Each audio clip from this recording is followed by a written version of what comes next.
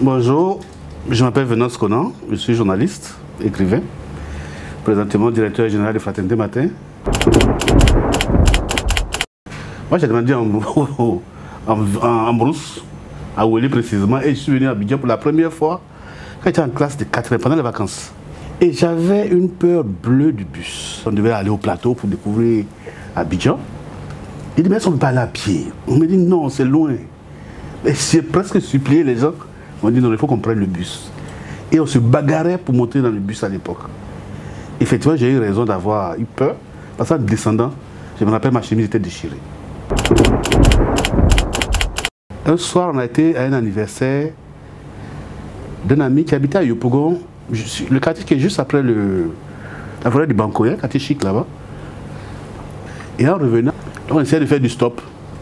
Et puis il y avait un bus qui tirait un autre bus qui passait. Et le chauffeur ne s'est pas arrêté, et puis je l'ai insulté. Et le type est allé se garer, il est descendu, il est venu se jeter sur moi, à me frapper. Il a commencé à me frapper, puis c'est pas en me débattant, il a cassé sa dent. Le monsieur est devenu fou de rage, donc il m'a mordu. Je dois avoir encore quelques traces dans mon dos.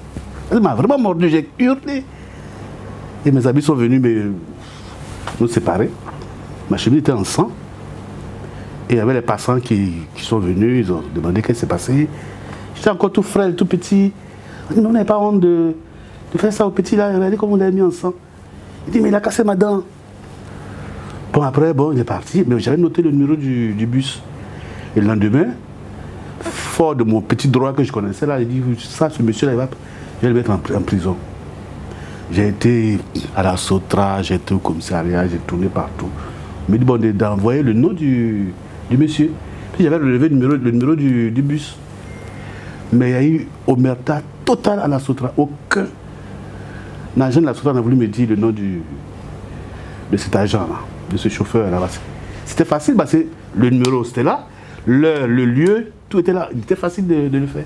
Et j'ai tourné en rond pendant une bonne semaine. Après, j'ai compris que je perdais mon temps. Et j'ai oublié cette affaire-là.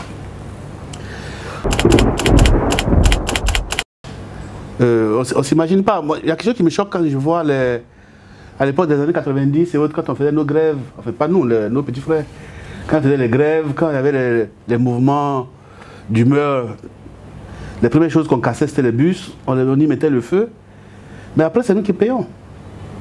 C'est ça après pour te déplacer.